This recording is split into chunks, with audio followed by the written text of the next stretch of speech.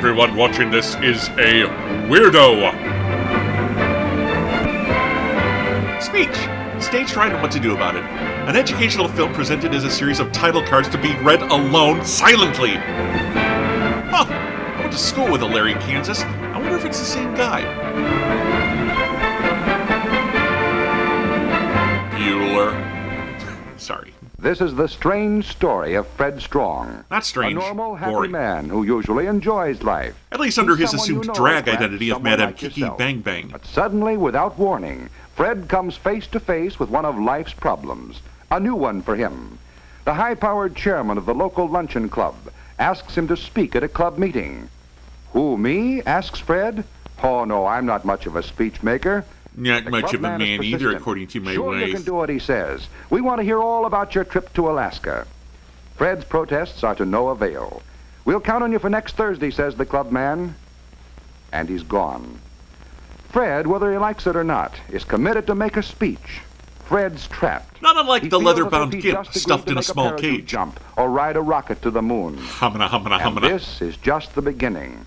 For Fred is on his way to all the terror, all the worry, all the pain of an ailment commonly known as A heart attack. stage fright. Oh. As time passes and Thursday approaches, What the? Fred will be jolted from his reading by the awful recollection that the day is near. Administrative Assistance Day?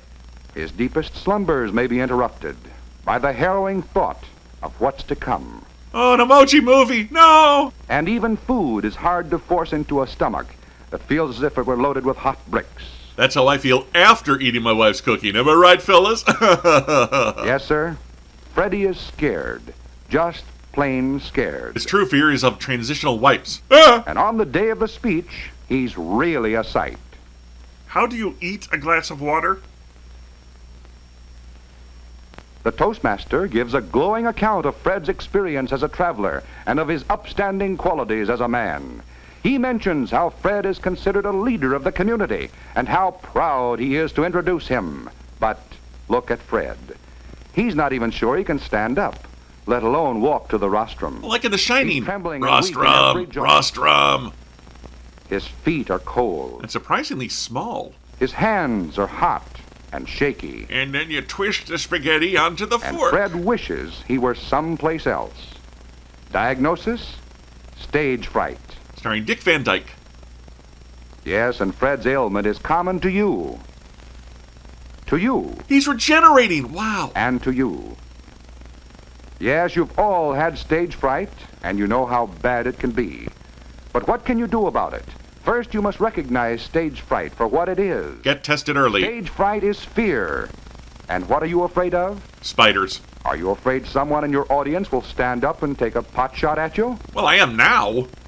Are you afraid there'll be a snake on the stage? I've had it up to here with these mother effin', Or etc., You etc. will fall off the platform? And disappear from reality. Oh, you're afraid of what people will say and think about you. Look at his as you small stand feet. before them. You're afraid of their ridicule. You're afraid they'll see your faults and your shortcomings. Because the thing you're really afraid of is yourself. When you should be You're afraid of your giant twin faults brother, that are Athos. products of your imagination. When you get up to speak, will you say the right thing, the thing you mean to say? Riddle me this! Will you make grammatical errors? Will you mispronounce words? Will you look all right to your audience? Will you forget? Will you be able to speak at all? Let's see what can be done to help you conquer stage fright. But first, another wipe. No, not again! We'll go back to Fred at the time he was notified that he would speak on Thursday. We need to kill 10 minutes so the real speaker The can minute use the Fred John. found he was elected to speak, he became a little frightened. A perfectly natural reaction.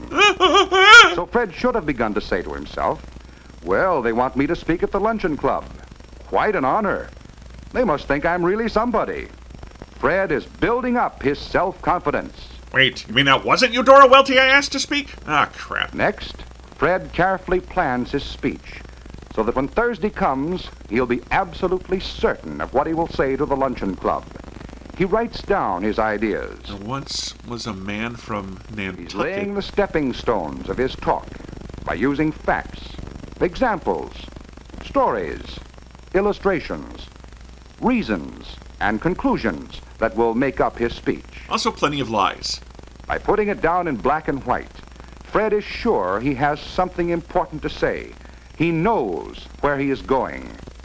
When the essential points of his speech have been outlined, Fred may try it out, just to be sure. How are you? He imagines he's in front of the luncheon club and is making his opening remarks. Again, he assures himself that he is confident and that the members of the club want him to speak. By practicing his speech, he is taking an important step that will help him control stage fright. My speech is called Why Luncheon Clubs Suck. Now, to be sure of his appearance, Fred has his suit pressed and decides exactly what he will wear the day he speaks. Pants? Nah. Perhaps Fred's not the best speaker in the world, but he certainly won't leave himself open to ridicule because of the way he looks. Good appearance is most important in making a good speech, because your audience will judge you partly on your appearance. Partly? If you know you look good to your audience, you'll feel good, another help in controlling your fear. Honey, you're not wearing that ugly tie, are you? Such a small thing as wearing your favorite tie can have an effect on your mental attitude, and so on your speech. So you see, in preparing himself for the speech, Fred has accomplished the one thing that will help him most in controlling stage fright and mastering his fear. He has built up his self-confidence. He has done this by convincing himself that he's to be the honored guest at the luncheon club. Poor delusional That by sap. his achievements, he has earned the right to speak. He has planned his speech and practiced it so he knows exactly what he will say. And finally, he has made sure of his personal appearance. He's also down 4 Red Bull vodkas. Now let's see what happens at the luncheon club this time. Again, the chairman of the club describes Fred's exploits in the Alaskan wilds and welcomes Fred to the group. This time, the words of praise do not fall on deaf ears. Fred is prepared and confident. The fear that Fred experiences now is good because he has control of it. It's nature's way of keeping the body and mind sharp and alert. Fear! It's nature's cocaine. Yes, Fred is alert. And instead of a growing fear, he's ready and eager to get into his speech. Oh, I can still sneak out the back. The introduction completed, Fred walks to the speaker's position with confidence. And although his legs may be a little shaky, he starts his talk with the same forceful words he planned in his office. The white race is... A strong voice and stands straight and tall.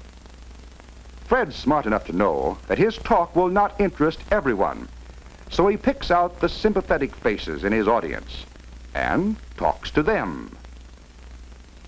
He picks out the friendly faces I approve. and pays no attention to the unfriendly ones. I'm disinterested. Fred is determined not to let little mistakes bother him. Now he's lost his place. Is his audience uncomfortable and embarrassed for him? Not in the least. He has made them see the humor in the situation.